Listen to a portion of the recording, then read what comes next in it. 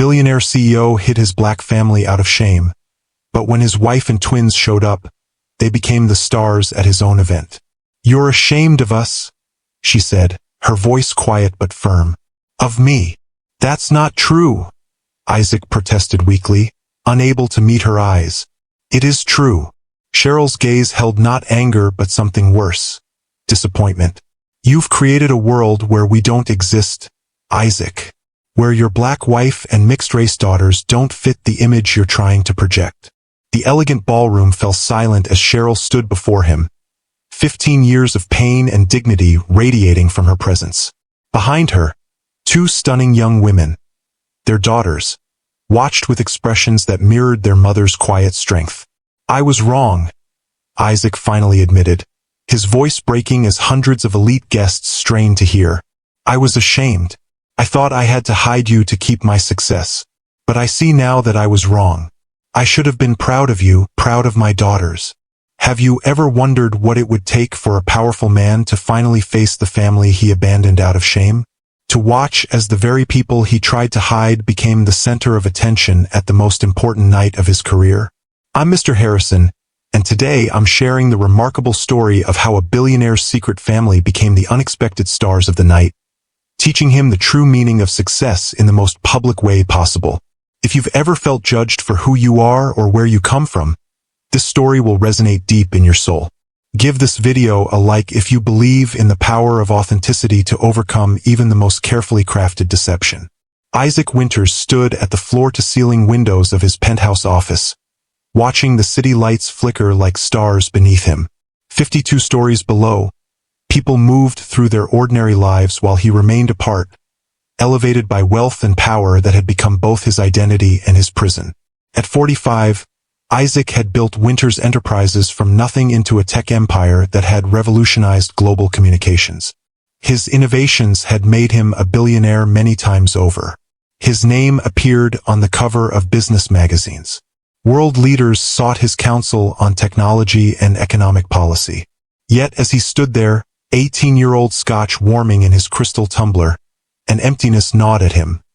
A void that no acquisition, no merger, no triumph in the boardroom could fill.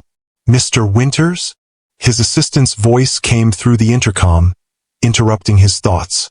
"Ms. Reynolds is here to discuss the Blackwood Gala arrangements." Isaac pressed the button. "Send her in."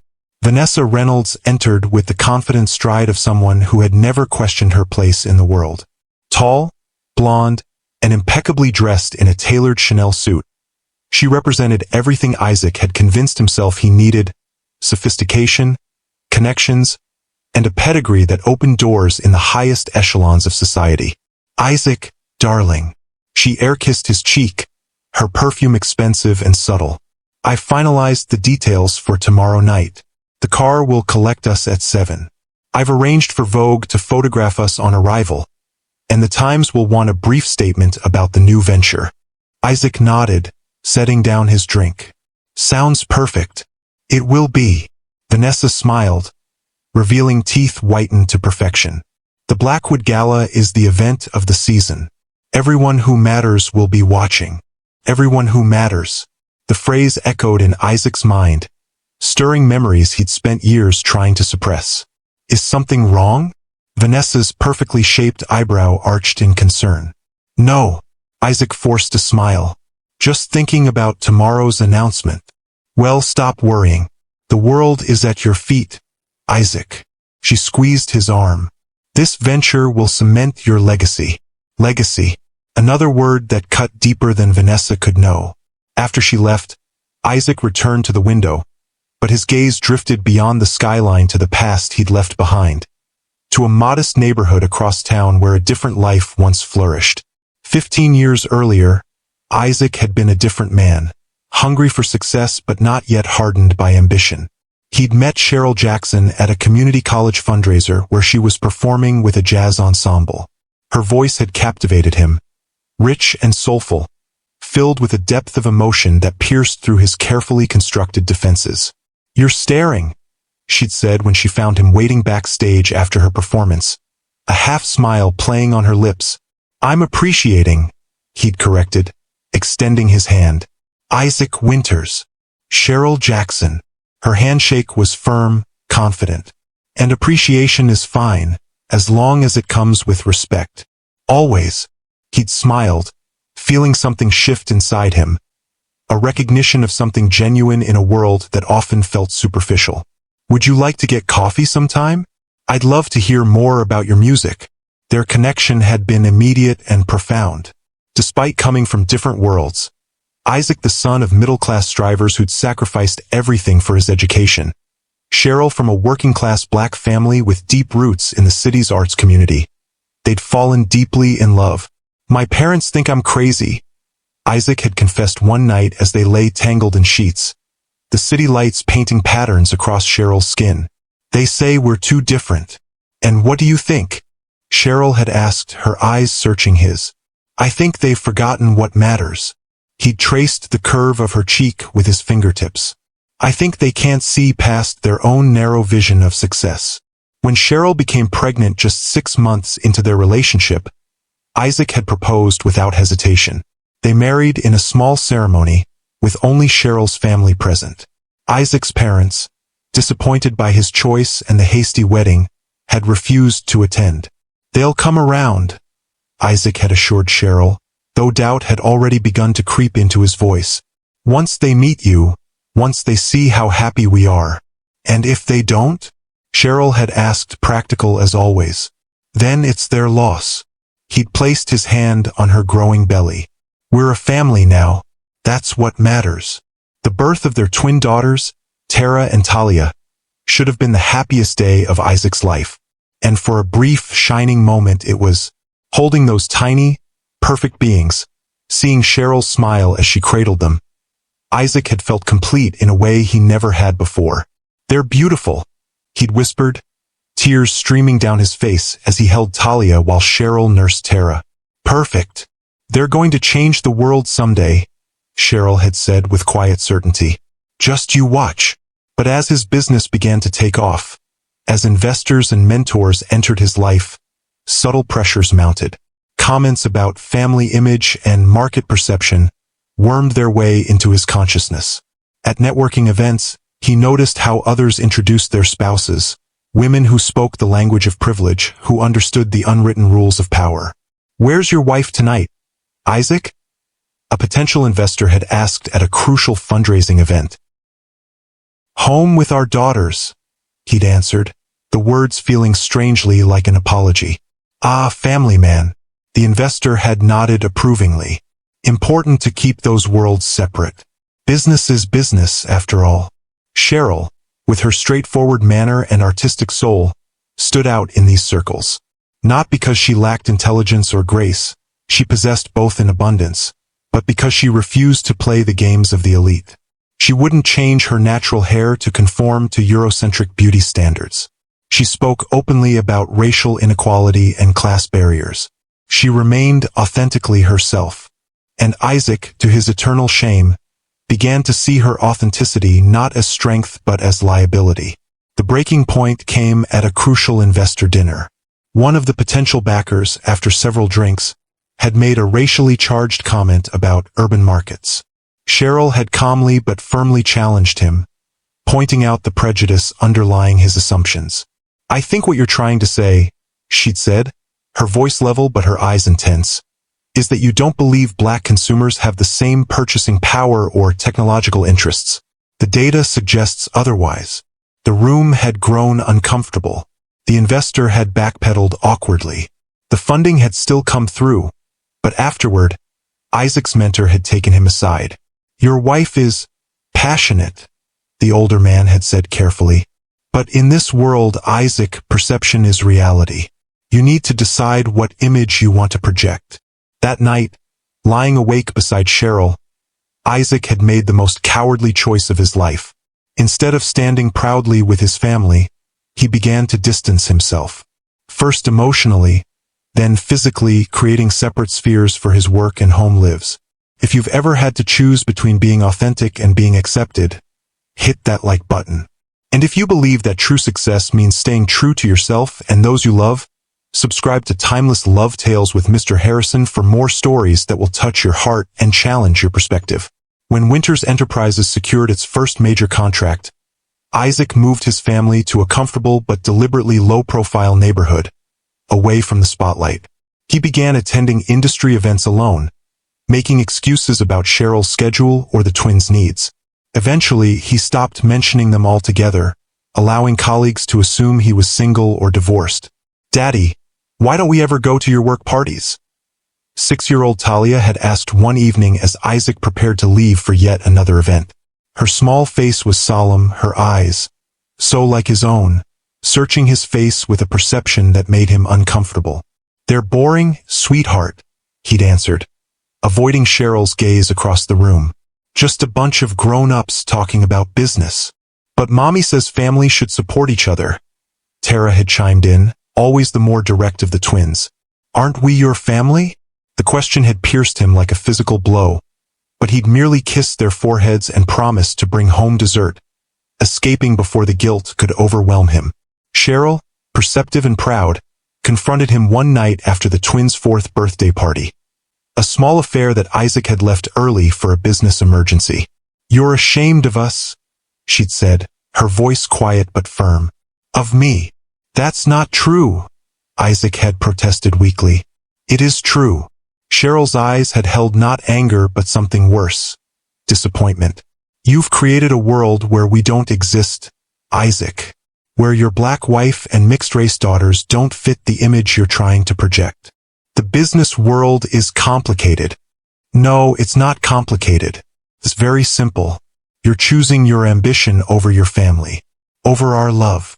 She hadn't raised her voice, hadn't thrown things or made threats. She'd simply stated the truth that Isaac had been too cowardly to acknowledge. "I still love you," he'd offered lamely. "Love without respect isn't love at all," Cheryl had replied, her dignity intact even as tears glistened in her eyes. "And you stopped respecting us the moment you decided we were something to hide." 2 weeks later, he'd moved out, establishing himself in a sleek downtown apartment more suitable for a rising tech entrepreneur. The divorce had been quiet, with Isaac providing generous financial support, but gradually fading from his daughters' lives. His visits became less frequent, his calls shorter, until he was little more than a distant figure who sent birthday and Christmas gifts. "Why doesn't Daddy want to see us anymore?" Tara had asked Cheryl one Christmas morning, holding the expensive doll Isaac had sent but clearly longing for something money couldn't buy. "Your father loves you," Cheryl had answered, choosing her words carefully. "But sometimes people get lost in the life they think they should have, and forget about the life they already have. Will he find his way back?" Talia had asked, hope shining in her young eyes. "That's up to him, baby," Cheryl had said, pulling both girls close. "But no matter what, we have each other. And that's enough." Cheryl never spoke ill of him to the twins. She never asked for more money, even as Winters Enterprises grew into a global powerhouse. She simply raised Tara and Talia with the strength, dignity, and authenticity that Isaac had once loved in her, qualities he had sacrificed at the altar of success. As the years passed, Cheryl built a respected career as a music teacher and vocal coach, eventually opening her own arts academy that became known for nurturing talent in underserved communities. The twins thrived under her guidance, developing into young women of exceptional character and ability. Tara, analytical and focused, discovered a passion for science that led her to prestigious research opportunities even before she graduated high school. Talia inherited her mother's artistic soul, her dancing earning her scholarships and recognition in the competitive world of performing arts. Isaac watched their progress from a distance, through the school photos Cheryl still sent each year and the occasional updates from the private investigator he hired to keep tabs on them, a fact he was too ashamed to admit even to himself. He told himself he was protecting them from the harsh spotlight of his fame, that they were better off without the scrutiny that came with being a billionaire's family. But in his most honest moments, alone in his penthouse with only his reflection for company, he knew the truth. He had failed them in the most fundamental way possible. He had denied them, and in doing so, denied the best part of himself. Now, standing in his penthouse on the eve of the Blackwood Gala, Isaac confronted the hollowness of his achievements. Tomorrow, he would stand before the world's elite, Vanessa on his arm, and announce a revolutionary new platform that would likely double his already staggering fortune. And none of it would fill the void where his heart used to be. His phone buzzed with a text from Vanessa. "Don't forget, Armani sent over 3 tux options. The stylist will be there at 10 a.m. Isaac didn't reply. Instead, he opened his desk drawer and removed a small, leather-bound album he rarely allowed himself to look at. Inside were photos of Tara and Talia, school pictures Cheryl still sent each year, though he'd never asked her to.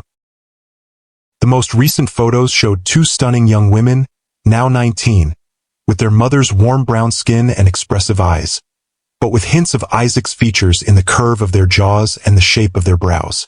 Tara, always the more serious one, was studying biochemistry at Stanford. Talia, creative like her mother, was at Juilliard for dance. They had grown into remarkable young women without him. Because of Cheryl. Despite him. Isaac closed the album, a decision crystallizing in his mind.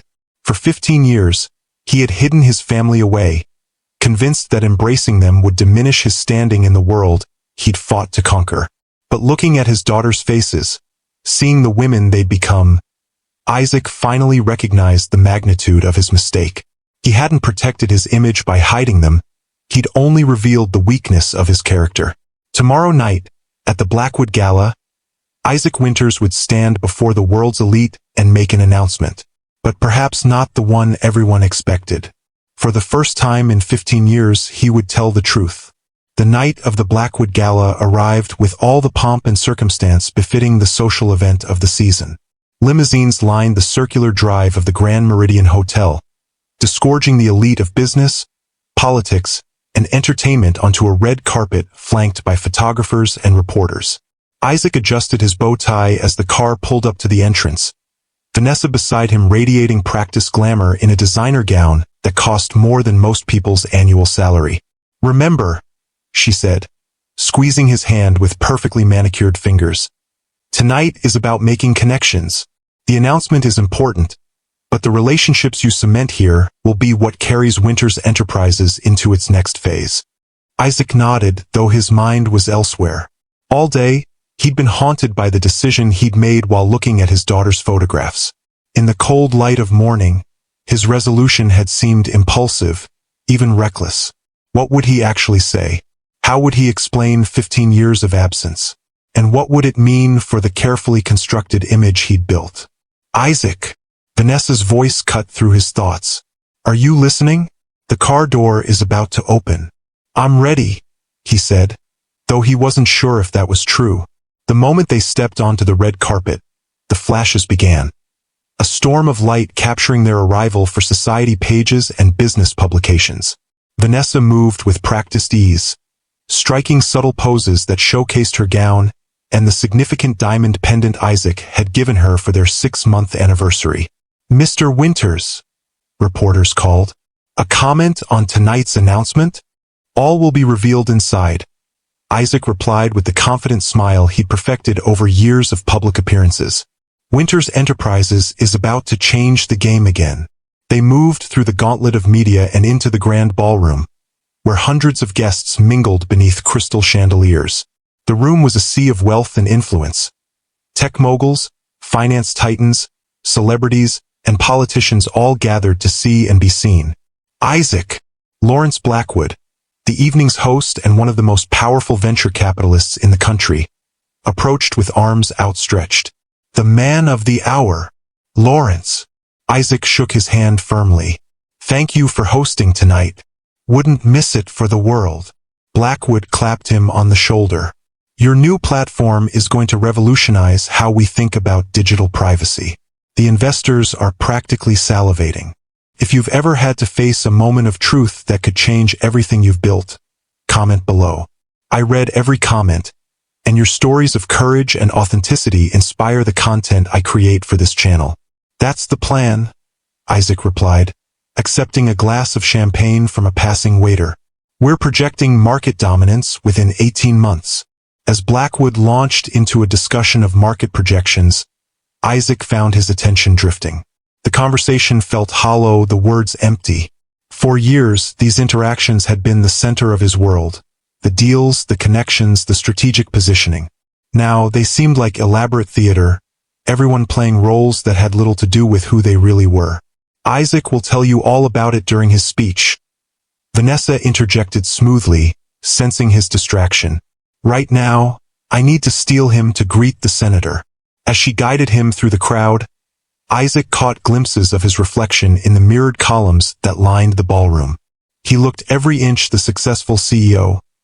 Tailored tuxedo, confident posture, the easy smile of a man accustomed to power. But behind that carefully constructed facade, he barely recognized himself. Who was Isaac Winters, really? The ambitious young man who had fallen in love with Cheryl's authenticity and courage? Or this hollow shell who had abandoned his family for the approval of people whose opinions shouldn't have mattered? 30 minutes until your speech, Vanessa murmured, checking her diamond watch. The Times reporter wants 5 minutes first. Isaac nodded mechanically, moving through the practiced motions of networking. He shook hands, exchanged pleasantries, discussed market trends, all while a storm brewed inside him. With each passing minute, the weight of his decision pressed more heavily on his conscience. Then, at precisely 9:15 p.m., it happened. A subtle shift rippled through the crowd near the entrance. Conversations paused. Heads turned. A path seemed to clear through the sea of black tuxedos and designer gowns. Isaac, engaged in conversation with a tech investor, felt the change before he saw its cause. Something in the energy of the room had altered, a collective intake of breath, a momentary suspension of the carefully choreographed social dance. He turned, following the direction of the gathered gazes, and the world seemed to stop. There, framed in the grand doorway of the ballroom, stood Cheryl. 15 years had only enhanced her beauty, adding a mature grace to the vibrant woman he had loved. She wore a stunning gown in deep purple that complemented her rich brown skin, her natural hair styled in an elegant updo that crowned her like royalty. But it was the two young women flanking her that truly commanded attention. Tara and Talia, his daughters, now 19 and radiating a presence that seemed to illuminate the entire room. Tara wore a sophisticated silver gown that highlighted her athletic frame, while Talia's flowing gold dress caught the light with every graceful movement, the dancer in her evident even in stillness. They moved into the room with unhurried confidence, seemingly unaware of the stir they were creating. Or perhaps, Isaac realized with a jolt, perfectly aware but unbothered by it. They carried themselves with the same authentic dignity that had drawn him to Cheryl all those years ago, the quality he had come to fear rather than cherish. Isaac! Vanessa's voice seemed to come from very far away. Who are those women? Everyone's staring. But Isaac couldn't answer. His throat had closed, his heart hammering against his ribs with such force he thought it might break through. They hadn't seen him yet, these three women who shared his blood but not his name. They moved through the crowd like visiting dignitaries, accepting the curious glances and whispered questions with serene smiles. Isaac! Vanessa's tone sharpened. Do you know them? The older one seems to be looking for someone. Indeed, Cheryl was scanning the room with purpose, her gaze moving methodically through the crowd. When her eyes finally found Isaac, there was no dramatic reaction, just a slight nod of acknowledgement before she leaned to whisper something to the twins. Both young women turned in his direction then, their expressions a complex mixture of curiosity and caution. They had his eyes, that same amber shade that looked back at him from the mirror each morning. But there was something in their gaze that was entirely their own, a clarity of vision, an unwavering assessment that made him feel transparent. Excuse me, Isaac murmured to Vanessa, setting down his champagne glass. There's something I need to do. What? Now? Your speech is in 20 minutes.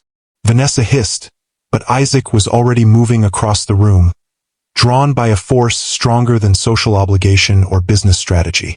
The crowd seemed to part before him, conversations hushing as people sensed the unfolding drama. By the time he reached Cheryl and the twins, a small circle of space had formed around them, as if the other guests instinctively recognized the importance of this moment. Cheryl, Isaac said, his voice barely above a whisper. I didn't expect to see you here. Clearly, she replied, her tone neutral but her eyes knowing. Lawrence Blackwood sits on the board of my arts academy. When he mentioned tonight's event, the girls expressed an interest in attending. Isaac's gaze shifted to his daughters, standing tall and poised beside their mother. Up close, the resemblance was even more striking, not just to him but to each other and to Cheryl. They were a unit, bound by love and shared experience. Family. His family, though he had forfeited the right to claim them. Tara, Talia, their names felt sacred on his tongue. You've grown so much. That's what happens in 15 years, Tara said, her voice cool but not cruel. People grow, change, become who they're meant to be. Some people, anyway, Talia added, her artist soul evident in the expressive way she held herself. Like her mother, unafraid to occupy space in a world that often tried to diminish her. The silence that followed was heavy with unspoken words. 15 years of birthdays and school plays and graduations. 15 years of choices that couldn't be undone. Around them, the whispers had begun. Isaac could feel the curious stares, the speculative murmurs.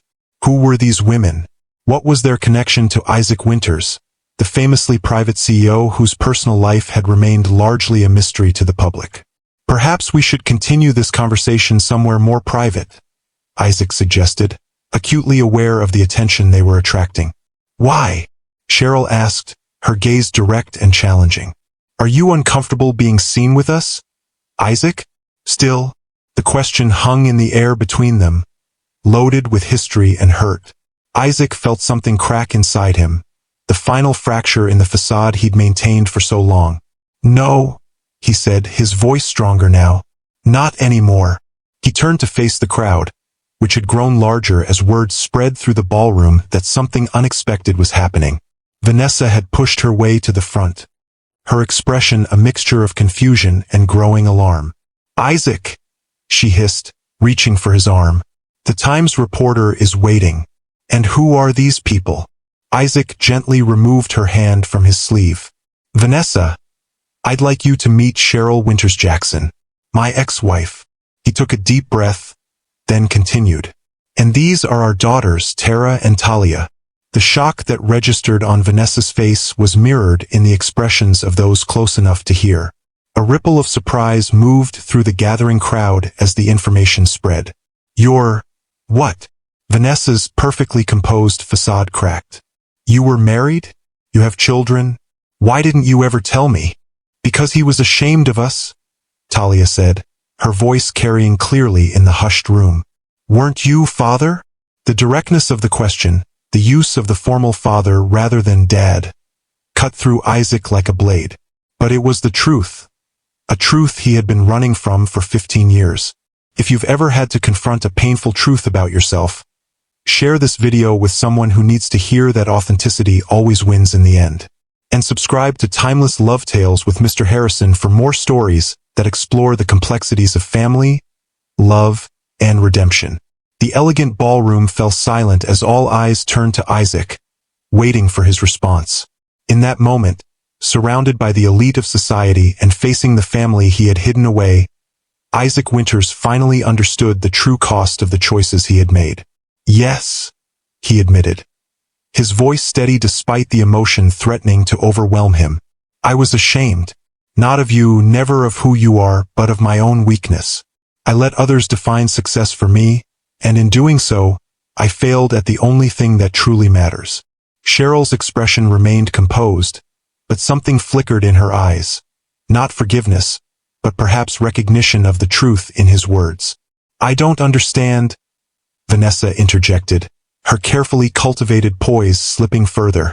You've been hiding a family all this time? Why would you do that? Isaac turned to her, seeing clearly for the first time how similar they were. Both valuing appearance over substance, both prisoners of others' expectations. Because I convinced myself that my image was more important than my integrity, he said simply. I was wrong. By now, phones were discreetly recording the scene. Society columnists were furiously taking notes, and Lawrence Blackwood himself had moved closer, fascinated by this unexpected turn in his carefully planned event. Well, Blackwood said with the awkward joviality of someone trying to defuse tension. This is certainly more exciting than the usual corporate announcements. Perhaps we should proceed with the scheduled program? Isaac, I believe you have a speech prepared. Isaac looked at his watch. In 15 minutes, he was supposed to take the stage and unveil Winters Enterprises' revolutionary new digital privacy platform, an announcement that would likely send the company's stock soaring and cement his legacy as a tech visionary. But standing before Cheryl and his daughters, that legacy suddenly seemed hollow. Yes, he said, making a decision that would change everything. I do have something to say. As Isaac moved toward the stage, whispers followed him like shadows. Vanessa remained frozen in place, her perfect evening shattered beyond repair. Cheryl and the twins watched with guarded expressions, unsure what to expect from the man who had walked away from them so completely. The spotlight found Isaac as he took his position at the podium, the assembled guests quieting in anticipation of the major business announcement they had come to hear. Camera flashes punctuated the silence, capturing what everyone assumed would be a moment of corporate triumph. Good evening, Isaac began, his voice amplified throughout the ballroom. Many of you came here tonight expecting to hear about Winters Enterprises' next technological breakthrough, about how we're going to revolutionize digital privacy and security. He paused, scanning the crowd until he found Cheryl and the twins, standing together near the back of the room. Instead, I want to talk about a different kind of privacy. The kind that crosses the line into secrecy, into shame. A murmur rippled through the audience. This was not the speech anyone had expected. 15 years ago, I made a choice that I've justified to myself in countless ways. I convinced myself that separating my personal life from my professional image was necessary for success. That hiding my family, yes, my family, was somehow protecting them. Isaac's gaze remained fixed on Cheryl and the twins as he continued. The truth is much simpler and much more shameful. I allowed the prejudices and narrow definitions of success in our industry to dictate my actions. I was afraid that having a black wife and mixed-race daughters would somehow diminish me in the eyes of investors, partners, and competitors. The silence in the room was absolute now. Hundreds of the most powerful people in the country confronted with an uncomfortable truth about the world they had helped create. I told myself I was being strategic, practical, but there's another word for what I was: cowardly. Isaac's voice broke slightly, but he pressed on. Tonight, you all witnessed something remarkable, though you may not have recognized it. When my ex-wife Cheryl and our daughters Tara and Talia walked into this room, they did so with a dignity and authenticity that I abandoned long ago. They didn't need my name or my money to become extraordinary. They simply needed to be true to themselves, a lesson I failed to learn until this moment. In the back of the room, Talia reached for her sister's hand, their fingers intertwining as they had since childhood. Cheryl stood straight-backed beside them, her expression unreadable, but her presence undeniable. The platform I was going to announce tonight is designed to give people control over their digital privacy. But what good is protecting our data if we can't be honest about who we are? What good is success if it requires us to deny the people we love? Isaac stepped away from the podium, abandoning the prepared speech entirely. I don't expect forgiveness from my family. I don't deserve it. But I do owe them and all of you the truth. My name is Isaac Winters. I'm the founder and CEO of Winters Enterprises. I'm also a man who made the worst mistake of his life when he chose image over love, perception over reality. He looked directly at Cheryl and the twins now, speaking to them rather than the assembled crowd. I was wrong. I was so terribly wrong. And while I can't undo the past 15 years, I can at least stop living a lie. The silence that followed was profound. Hundreds of people collectively holding their breath as they witnessed a powerful man publicly stripping away his carefully constructed facade. Then, from somewhere in the crowd, a single person began to applaud. Others joined, the sound swelling until it filled the ballroom, not in celebration of Isaac's confession, but in recognition of its cost and its courage. As the applause continued, Isaac stepped down from the stage and made his way through the crowd toward his family. The sea of guests parted before him, some reaching out to touch his shoulder in silent support, others simply watching with new understanding in their eyes. When he reached Cheryl and the twins, Isaac stopped, maintaining a respectful distance. "I don't expect anything from you," he said quietly. His words meant only for them despite the hundreds of witnesses. "I just needed you to hear the truth, finally. I'm sorry. More sorry than I can ever express." Cheryl studied him for a long moment, her gaze penetrating as it had always been. 15 years is a long time, Isaac," she finally said. "Too long to fix with one speech, no matter how honest." "I know," he acknowledged, the weight of lost years heavy on his shoulders. "But," Cheryl continued, her voice softening slightly, "it's a start." Tara, always the more analytical of the twins, spoke next. "Why now? After all this time, why tonight?" It was a fair question, one that cut to the heart of his sudden change. "Because seeing you here, seeing the women you've become despite my absence, it finally made me understand what I threw away. Not just my family, but my integrity, my authentic self." Talia, the artist, the one who had always felt emotions most deeply, studied him with eyes so like his own. "We didn't come here for you," she said, her voice gentle but firm. "We came because Mr. Blackwood invited us. Because Mom's Arts Academy is doing important work. We didn't need your acknowledgement then, and we don't need it now." "I know," Isaac said, humbled by their strength. "You never needed me. But I needed you. I just didn't have the courage to admit it." Around them, the gala had resumed its normal rhythm, though the focus had shifted dramatically. Instead of Isaac and Vanessa being the center of attention, all eyes were on Cheryl and the twins. Society photographers discreetly captured images of the stunning trio. Business leaders who had previously ignored Cheryl now approached to introduce themselves, drawn by her undeniable presence and the grace with which she handled this public revelation. Vanessa had disappeared, slipping away when it became clear that the evening, and perhaps her relationship with Isaac, had fundamentally changed. "Your speech never mentioned the new platform," Cheryl observed, a hint of her old wry humor surfacing. "Your shareholders won't be pleased." "Some things are more important than stock prices," Isaac replied, meaning it for perhaps the first time in his career. "Mom," Tara said, touching Cheryl's arm, "the director of the National Science Foundation is here. I'd like to speak with him about my research. And I see the artistic director from the Metropolitan Ballet," Talia added. "Should we?" "Go," Cheryl encouraged them. "This is your night too." As the twins moved confidently through the crowd, immediately commanding respect and attention with their poise and intelligence, Isaac watched with a mixture of pride and regret. "They're extraordinary," he said softly. "Yes," Cheryl agreed.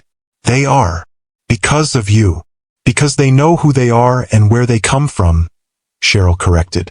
"Because they've never been ashamed of either." If the story touched your heart, please hit that like button and subscribe to Timeless Love Tales with Mr. Harrison. I'd love to hear your thoughts in the comments below. Have you ever had to choose between authenticity and acceptance? Did you make the right choice? Or do you wish you had chosen differently? Remember that it's never too late to begin living your truth, even if the road to redemption is long and uncertain. The remainder of the evening unfolded in ways no one could have predicted. The twins, with their natural charisma and remarkable accomplishments, became the unexpected stars of the gala. Tara engaged a group of scientists and investors in a passionate discussion about her research on sustainable biofuels, her intelligence and vision captivating even the most seasoned industry veterans.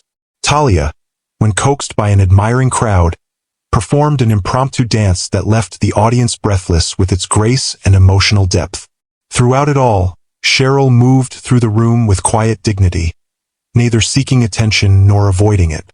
When asked about her relationship with Isaac, she answered with simple honesty, "We shared a life once. Now we share two remarkable daughters. The rest is between us." Isaac, for his part, stood at the periphery, watching the family he had abandoned shine in a world he had wrongly believed would reject them. The irony wasn't lost on him. He had hidden them away, convinced their presence would diminish his standing, only to discover that they elevated any room they entered simply by being authentically themselves. "They're quite something," Lawrence Blackwood said, appearing at Isaac's side with 2 glasses of scotch. He offered one to Isaac. "Your daughters. And their mother." "Yes," Isaac agreed, accepting the drink. "They are. You know," Blackwood continued, his tone conversational but his eyes shrewd, "I've been on the board of Cheryl's Arts Academy for 3 years now. Remarkable work she's doing, bringing arts education to communities that have been systematically denied access. The woman is a force of nature." Isaac looked at him sharply. "You knew? All this time, you knew about my family?" Blackwood shrugged. "I suspected. The twins have your eyes, and Cheryl kept her married name hyphenated with her own. It wasn't difficult to connect the dots. And you never said anything. Not my story to tell." Blackwood sipped his scotch. "Besides, I was curious to see how long you could maintain the charade. The most carefully constructed facades eventually crack, Isaac. That's the nature of anything built on a false foundation." Before Isaac could respond, a commotion near the main entrance drew their attention. Vanessa had returned, her composure restored but her eyes blazing with a cold fury. She marched directly toward Isaac, the crowd parting before her like water. "How dare you?" she hissed when she reached him, her voice low but intense. "How dare you humiliate me like this? I've spent months planning this evening, cultivating relationships, ensuring everything was perfect for your announcement. And you throw it all away for what? Some misguided attempt at public redemption." Isaac regarded her calmly, seeing clearly for the first time the emptiness at the core of the life they had been building together. "I'm sorry you feel humiliated, Vanessa. That wasn't my intention." "Your intention?" She laughed, a brittle sound devoid of humor. "Your intention was to make yourself the hero of some touching family reunion drama. Well, congratulations. You've certainly given everyone something to talk about." She glanced across the room to where Cheryl stood in conversation with a group of arts patrons, her natural elegance drawing admiring glances. "So that's her," Vanessa said, her voice tight. "The great love you never mentioned. The mother of your secret children." "Vanessa, save it." She cut him off with a sharp gesture. "We're done, Isaac. I won't be part of whatever midlife crisis you're having. When you come to your senses and realize what you've thrown away tonight, don't call me." With that, she turned and walked away, her designer heels clicking against the marble floor like a final punctuation mark on their relationship. Blackwood watched her go, then turned back to Isaac with a raised eyebrow. "Well, that was dramatic. She has every right to be angry," Isaac acknowledged. "I wasn't honest with her either." "Perhaps," Blackwood conceded. "But I suspect your ex-wife would say dishonesty has been your pattern for some time." Across the room, Isaac saw Tara and Talia rejoin their mother, the 3 of them forming a unit that radiated strength and connection. Without conscious decision, he found himself moving toward them, drawn by a need more fundamental than business strategy or social calculation. As he approached, Cheryl looked up, a question in her eyes. "May I speak with you?" Isaac asked quietly. "Just for a moment." Cheryl hesitated, then nodded. "Girls, why don't you get some dessert? I'll join you in a minute." The twins exchanged a glance, their silent communication as seamless as it had been in childhood. "We'll be watching," Tara said, her protective instinct evident in her tone. "Always," Talia added, giving Isaac a long look before they moved away. When they were alone as 2 people could be in a crowded ballroom, Isaac struggled to find the right words. How did you begin to address 15 years of absence? What could possibly bridge such a chasm? "Your speech was unexpected," Cheryl said finally, breaking the silence between them. "For me too," Isaac admitted with a small smile. "I had a very different one prepared. About your new platform." "Yes, Secure Sphere. It's a digital privacy system that gives users complete control over their personal data." "Ironic," Cheryl observed. "Coming from a man who's been so careful about controlling his own personal information." The observation was pointed but not cruel, simply truthful in the way Cheryl had always been. "I deserved that," Isaac acknowledged. And much more. This isn't about what you deserve, Isaac. Cheryl's voice softened slightly. It never was. It's about choices and consequences. You made your choice 15 years ago. We've all lived with the consequences. I know. Isaac took a deep breath. I don't expect forgiveness, Cheryl. I don't even have the right to ask for it. But I want you to know that seeing you tonight, seeing our daughters, it's forced me to confront the man I've become. And I don't like him very much. Something in Cheryl's expression shifted, not toward forgiveness, exactly, but perhaps toward understanding. The girls have done well, she said after a moment. Tara's research is being considered for a major grant. Talia just earned the lead in Juilliard's spring showcase. They're thriving, Isaac. Without you. The word stung, but Isaac nodded. Because of you. Because you gave them what I couldn't. Unconditional love and acceptance. Yes, Cheryl agreed simply. I did. I'd like to know them, Isaac said, the words emerging from a place of longing he had suppressed for years. If they're willing, I'd like the chance to be part of their lives, even in some small way. Cheryl studied him, her gaze as penetrating as it had always been, seeing through pretense to the truth beneath. That's not my decision to make, she said finally. Tara and Talia are adults now. If they want a relationship with you, I won't stand in the way. But I won't encourage it either. You'll have to earn their trust, Isaac. And that won't happen overnight. I understand. Do you? Cheryl's question was genuine. Do you understand what it means to be present for someone? To put their needs above your image or your comfort? Because that's what being a parent requires, even to adult children. Before Isaac could respond, a soft voice interrupted them. Mom? They're asking for you near the stage. Talia stood a few feet away, her expression cautious. Mr. Blackwood wants to introduce you to some potential donors for the academy. Thank you, sweetheart. I'll be right there. Cheryl turned back to Isaac. Duty calls. As she moved to leave, Isaac spoke again, the words rushing out before he could reconsider. Cheryl, wait.